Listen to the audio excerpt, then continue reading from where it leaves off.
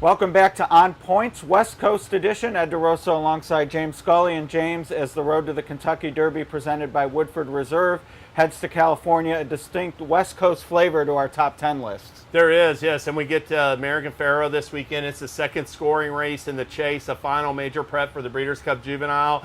We got a short field of 5, but we do have some quality in there with Game Winner, Row Aiden, and Gunmetal Gray. Yeah, and the quality does start at the top as far as our Derby top 10s are concerned. We both have Game Winner number 1.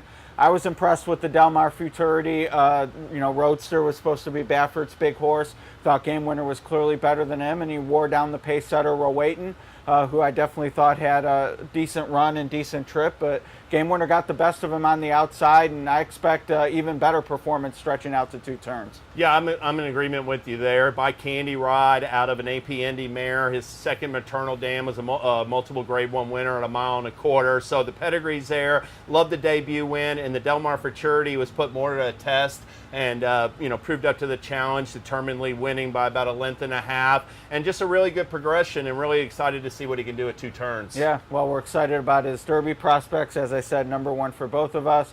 Deserved favorite in the American Pharoah. It is a betting game, though. I am a little nervous about what the price will be from a win bet standpoint. But I do think maybe there's some things you can do if you can get Row Aiden out of the number. I agree, and I'm against Row Aiden. I thought that Drayden Van Dyke gave him his best chance on the lead. He's by Into Mischief out of Indian Charlie mare, so a lot of speed in that pedigree. He's going to be taken off the pace by Ferrant Giroux, who a total bet against for me. So Game Winner, I'm looking at him as a single and multi-race bets, but if I was going to bet the race itself, I might play straight exactas over a couple other horses. Yeah, and a couple other horses practically covers the field. Yes. If you're throwing out Row Aiden. So from a top 10 standpoint, looking ahead, obviously a big win may make him the Breeders' Cup Juvenile favorite, would keep him on top of my list for sure. But with this kind of field, off that Futurity, if he doesn't wow me, I could see him dropping even off a win. Yeah, I'm looking for a progression. He ran a 92, then a 97 brisk speed rating. Don't want to see those numbers drop off.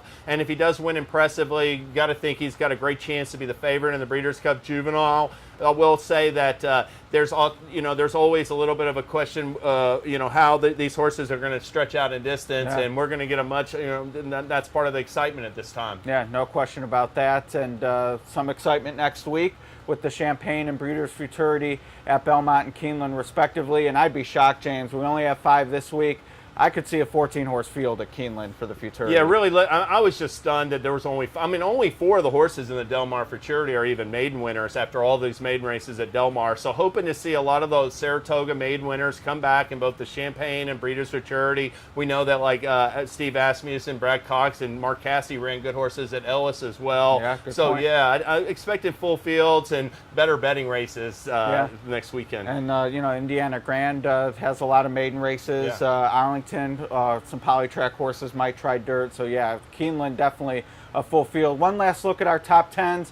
Big time Baffert edge for you in the top 3. Yeah, I've got Tail of the Union, New York bred, son of Dixie Union, and Magic on Tap, who's a Tapit colt, both real impressive maiden winners as well. I will mention Endorsed real quick, Kira McLaughlin, Medaglia d'Oro colt, really good looking winner at Saratoga. Our friend Scott Shapiro has him on top of his list. For me, the Saratoga maiden winners, looking at bikinis, caught my eye. A lot of people talked about complexity also for Chad Brown. Looking at bikinis, definitely faster. By looking at Lucky, a Preakness winner, so should be interesting. A lot of people think Chad's knocking on the Derby door. Yeah, he had a lot of dirt maiden winners, and he's definitely making a push to be more involved in the Triple Crown races. Yeah, no question. All right, well, we're going to be involved in the Triple Crown prep races all throughout this year and early next year, so looking forward to talking points with you throughout the remainder of the year. All right, sounds good, Ed.